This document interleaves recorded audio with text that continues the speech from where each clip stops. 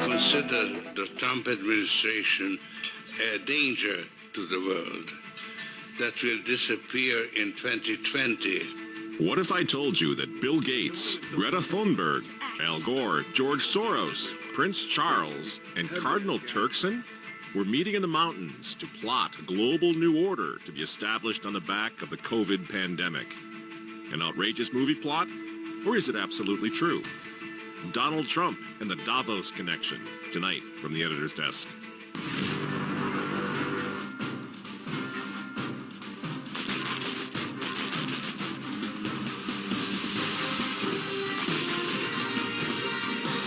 Hello again, ladies and gentlemen. Michael Matt coming to you once again from the offices of the Remnant newspaper.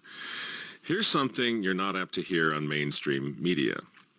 Of the 18 million people in the world who've been infected with the coronavirus, 10.6 million have recovered. This is according to the latest figures from Johns Hopkins University. In other words, the vast majority of COVID patients fully recover. This doesn't even factor in the millions who've contracted it, recovered, and didn't even know they had it. Friends, we need to have a talk. I mean, let's be really clear right from the outset. COVID-19 is not a hoax, okay? Worldwide, over 650,000 people, mostly elderly, have succumbed to it. This is not a hoax. Even with skewed death reporting, which we know is going on all over the place, this is a very serious virus. But so was the H1N1, the swine flu of 2009, which claimed the lives of 500,000 people. So was the Hong Kong flu of 1968, which claimed the lives of up to 4 million people. Flu is a nasty business. Now, do you remember these previous epidemics, pandemics? Probably not. Why? Because the media didn't freak us out over those. The country wasn't shut down. Healthy people were not quarantined. Schools weren't closed. Church services weren't canceled. Why not? Because COVID is a thoroughly politicized virus. And we're getting conflicting recommendations from the experts that get just a little more absurd every week. Doctor, your colleague, Dr. Fauci, has suggested recently that goggles would work even better, or in addition to. You're talking about masks. People have come around to the reality of that. Are we going to look at more demands based on what Dr. Fauci has said? Well, I've seen really great face shields, and I've seen them around the country. You know, I've been out to 14 states. The administration sent me out, and I've gotten to see a lot of exciting face masks out there, and face masks that come from the bottom up. And I think that's really, I think people, the American people are innovative. Those are actually pretty easy and straightforward to make. Many universities and those who have printers are making face shields now. So these 3D printers can really increase that production, and I think others are making them, and they can be decorated. So, Doctor, well, no one's really interested in decorations. I want to know whether face shields or goggles is something we're going to hear next. I mean, this isn't even funny. I'm so glad to see the guys from Fox over there are openly mocking this woman. I mean, people are losing their jobs. They're losing their homes. They're losing their mental health over this. Their kids aren't going back to school. They can't go to church. And this delusional woman with the scarves thinks that we're going to get a kick out of decorating our face shields? This is day 170, I think, of the 15 days to slow the spread, Dr. Birx. Do you have any idea of what the hell you're talking about? Because it changes all the time. No wonder nobody takes these people seriously anymore. And so here's the thing, friends. We need to get very serious about it. We need to have a serious conversation about it. Here at the Remnant, we've been saying since March, since the outset of this thing, that it's not the virus that we're questioning. I don't want to get the virus. I know you don't. I know some of you have lost loved ones or friends or whatever from the virus. I've known quite a few folks now who've gotten it. I don't know anyone who died. Everyone who I know, thanks be to God, has recovered. But it was never the virus that's the problem. It's the political exploitation of the pandemic, the COVID pandemic, that really, really must give all of us now serious cause for concern about the future. They're not playing games here. This isn't going anywhere. This isn't going away. And don't take my word for it. I wouldn't expect you to do that anyway. Let's talk about Davos, Switzerland. Here's where the leaders of the world are admitting exactly what I'm saying, that this is a Trojan horse. Now in Davos, they call it the Great Reset. And it's scheduled now to kick off in January 2021. And if you want to know what's really going on here, if you want to know why the schools are probably, many of them are not going to open in the fall, if you want to know why you're wearing that dehumanizing face mask, even in your car, look to Davos. Now is the historical moment, the time, not only to fight severe virus, but to shape the system. We have a unique but rapidly shrinking window of opportunity to learn lessons and reset ourselves on a more sustainable path. What is it that would make it so that history would look at this crisis as the great opportunity for reset? The Great Reset is a welcome recognition that this human tragedy must be a wake-up call. The world's problems fit on three sides of a triangle.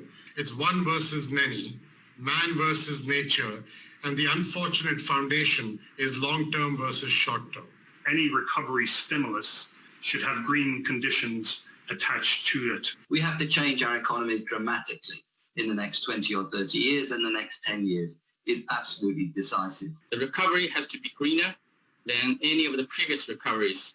And then we need to couple that with new initiatives to equip more people with the digital skills they'll need. We have to live up to the expectations which we have created, and we will do so. On June 2nd, 2020, just a couple months ago, the founder now of the World Economic Forum in Davos, Klaus Schwab, wrote an article on their website in which he just comes right out with it. He says that COVID pandemic represents a, quote, rare but narrow window of opportunity to reflect, reimagine, and reset our world, end quote. Those aren't my words. Those are his words. The world must act jointly and swiftly, says Mr. Schwab, to, quote, revamp all aspects of our societies and economies, from education to social contracts and working conditions. Every country, from the United States to China, must participate, and every industry, from oil and gas to tech, must be transformed, end quote. And Mr. Schwab comes right out and admits that he can't do this without, you guessed it, Bill Gates. We are particularly committed to this initiative since the Forum has been at the origin in its annual meeting in Davos of the Global Fund, Gavi and CEPI, together with the Gates Foundation and other founders of those crucial organizations, particularly today. And they're all there. All the movers and shakers of the world are in Davos at one time or another. Even Prince Charles, the insufferable Prince of Wales, got into the act in Davos in January. Unless we take the action necessary and we build again in a greener and more sustainable and more inclusive way, then we will end up having more and more pandemics and more disasters from ever accelerating global warming and climate change. So this is the one moment, as you've all been saying, when we have to make as much progress as we can. And of course, Antonio Guterres, the former Prime Minister of Portugal, who's also a Catholic and is now serving as the Secretary General of the United Nations, he's in Davos chiming in as well. A microscopic virus has closed down entire countries and economies. The Great Reset is a welcome recognition that this human tragedy must be a wake-up call. As you rightly say, it is imperative that we reimagine, rebuild, redesign, reinvigorate, and rebalance our world. Friends, the full picture should begin to emerge now, and I'm just giving you a sample. I mean, everyone has spoken here. Everyone who is anyone in the globalist community has gone to Davos, has delivered speeches. They come together, they network, they plan our future. This transformation essentially means that the whole way that we do business, that we live, and that we have grown accustomed to in the industrial age will have to be changed. We will have to leave that behind us in the next 30 years to go. This COVID thing is their golden opportunity. And they certainly don't want Trump or anyone else to fix the problem, certainly not prematurely. And this is what the war on hydroxychloroquine is all about. I mean, think about this. Why? You mentioned hydroxychloroquine and you get taken off Facebook? You get taken down from YouTube? Why? This thing's been going for 60 years. People use it all the time. Well, if you use it, you might have a heart attack, so we got to condemn that. Why are they doing this? This is a therapeutic that works for a lot of people. Doctors all over the place are using it right now, but they don't want it. Why? Why? Because it's not a vaccine. Because it might fix the problem. This is why those frontline doctors in the white coats, that's why they were banned from social media. Many of them are now losing their jobs. They were frontline heroes. And all they did wrong was come out and talk about fixing the thing now. Not waiting 18 months, you're not waiting for a vaccine, but how they're fixing and healing people right now. Doesn't that make you just a little suspicious? Because, see, the problem is these frontline doctors in the white coats, if they're right, and COVID can be cured without 7 billion doses of Bill Gates' vaccine, well, the Great Reset that they keep talking about in Davos, Switzerland, the Great Reset will be dead on arrival. And all of us will go back to life as we knew it. This is why the 2021 Davos Summit now, 2021, it's coming right up after Christmas, the Davos Summit. And the Great Reset, they need President Joe the Catholic Biden to hand us, the United States, over to them if he wins this election. This is why they're trying so hard to take Donald Trump down. Biden is not a serious candidate. We can all agree on that, right? He's not serious. The poor fellow, he's in his dotage now. So what are they doing? They don't want a serious candidate. I'm not talking about on the right. I'm talking about on the left. They don't want someone who's going to be serious. Everyone with a pulse knows Joe Biden can't do this job. What's he doing there then? In my opinion, he's the personified monument to the U.S. presidency that the mob will tear down in January. They need to reset everything, including the politics of the United States, the governance of the United States. Besides that, old Joe the Catholic Biden has always been a New World Order guy. The affirmative task we have now is to actually create a new world order. And of course, friends, we hear a lot about the Green New Deal and all of that, right? We hear Francis with his Laudato Si encyclical and all of that. They're all working together, aren't they? The Davos 2021 Summit works closely with something called Climate Reality Project. And guess who runs that? The respected trustee of the World Economic Forum, Albert Gore. This crisis, the climate crisis, is way worse than people generally realize. Way worse. It is getting worse still way faster than people realize. The burden to act that is on the shoulders of the generation of people alive today is a challenge to our moral imagination. But this is Thermopylae. This is Agincourt. This is the Battle of the Bulge. This is Dunkirk. This is 9/11. We have to rise to this occasion. I can't believe this guy is still knocking around. It's unbelievable. It's like a spoof, isn't it? It's Al again. I mean, and it's the same. And Davos brings them all in, all the ghouls from the globalist swamp. Our house is still on fire. Your inaction is fueling the flames by the hour. And we are telling you to act as if you loved your children above all else. And of course, drum roll please, Davos, Switzerland has its elder statesman, George Soros. George Soros's dinner at Davos is a bit of an institution at this event. He usually comes out with strong criticism of something that he feels is troubling for the state of the world. He didn't hold back either when talking about the US president, saying that he was describing him as a con man, an ultimate narcissist. Even the fate of the world could be at stake in 2020 and the years to come as well, perhaps referencing there the upcoming, of course, election in the United States too. So George Soros really, using his platform here at Davos to speak to those, rich and famous who come to the World Economic Forum. We know that he's, in the past, has been a major donor to the Democratic Party in the United States. He didn't say anything about which candidate he might be supporting in the Democratic primary, but certainly no holding back on his criticism of President Trump. What's this all about? I think you know. I think we all sort of in our hearts, we kind of realize what's going on here. This is not about COVID anymore. This is about a reset of everything. And the United States of America is in the way right now of all of it. So they are destabilizing our entire country. The Great Reset, then, politically, economically, it wants to implement massive socialist programs and, of course, global climate change along the lines of the Green New Deal. The regulation is going to be unbelievable, and no country will be allowed to opt out of this. Why? Well, if an individual country opts out of the Great Reset, they're going to be endangering the whole world community, the whole world, through future pandemics that will be caused by climate change, Al Gore says, and overpopulation, says Bill Gates. You see how it works? No country will be allowed to opt out. This is what we're facing in November. And if you think the Catholic Church is going to protect you from what's coming, from this globalist takeover nightmare, think again. We've been through all this before, leaving aside Pachamama, and leaving aside Laudato Si, which is the encyclical of the globalists. It's the encyclical of the United Nations. I'm sure that we have all read this magnificent encyclical that His Holiness Pope Francis has blessed us with. It's the encyclical of AOC. It's the encyclical of the Green New Deal.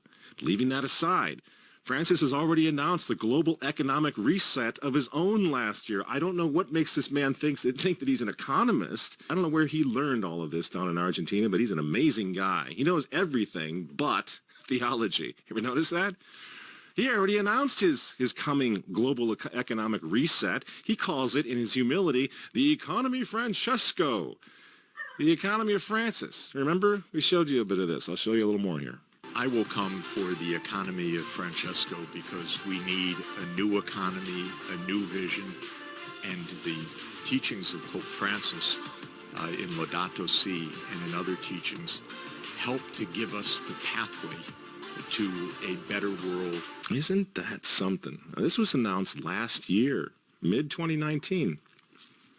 It's almost as if Francis knew that the COVID pandemic and the resulting economic collapse were coming.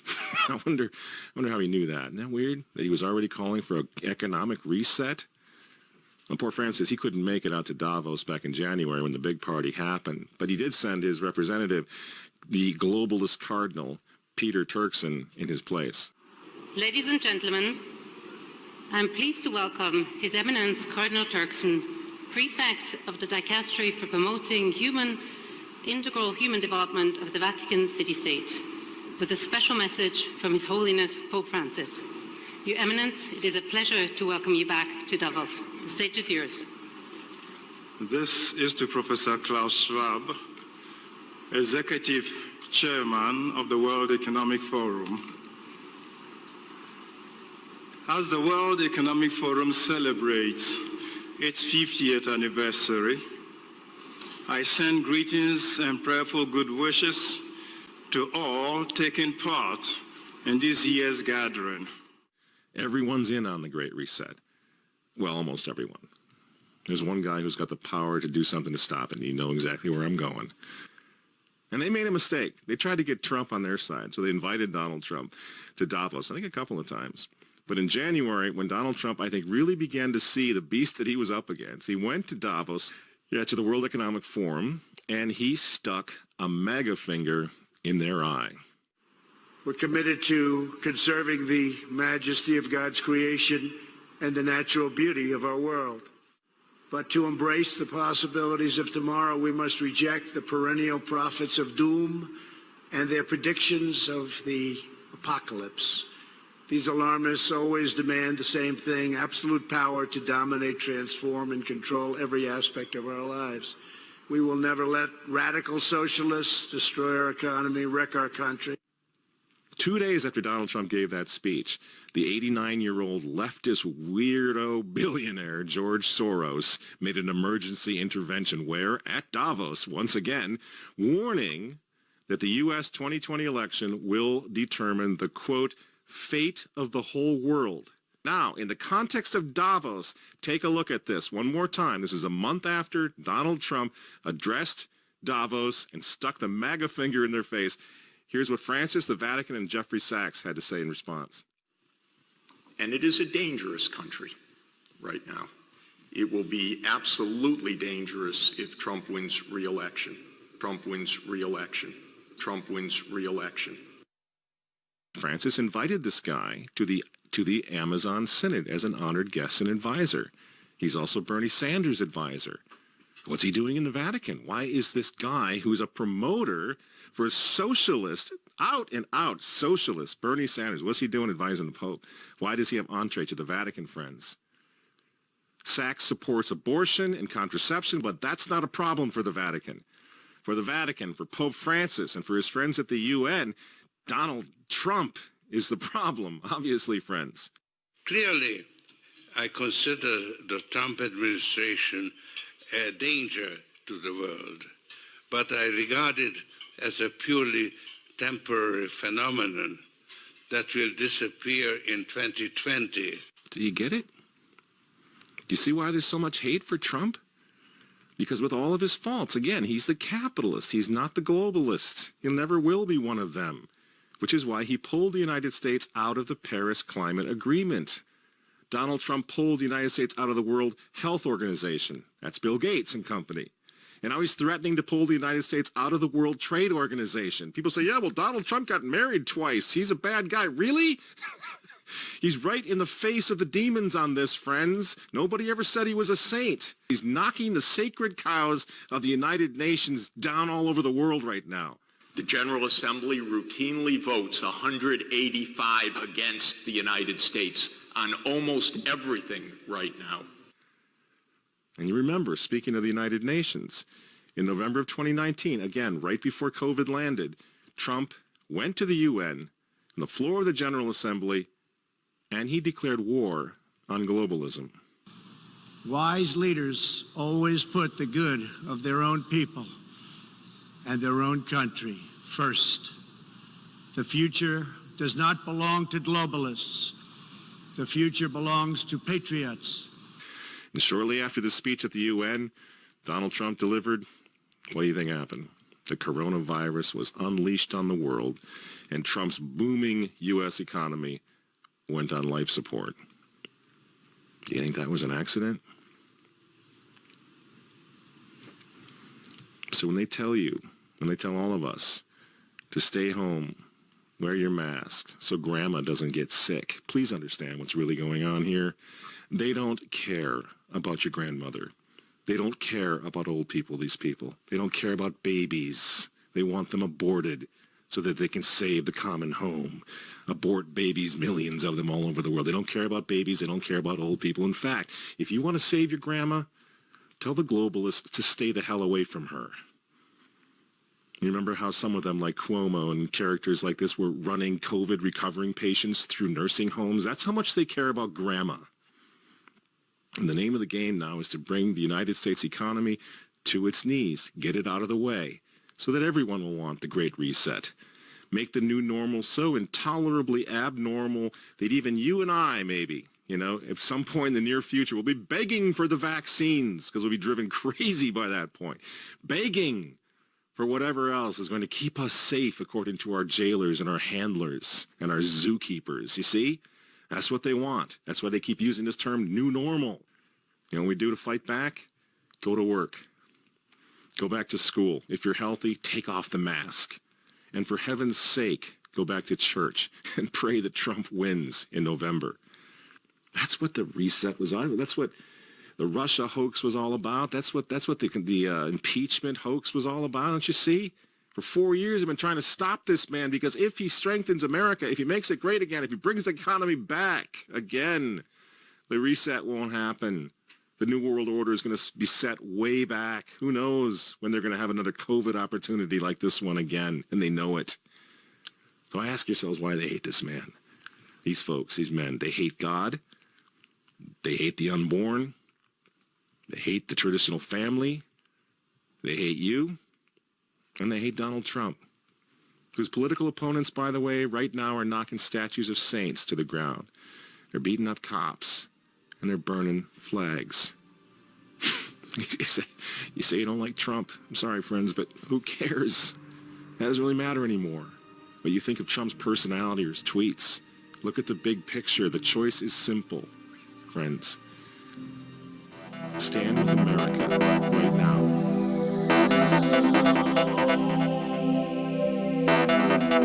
now.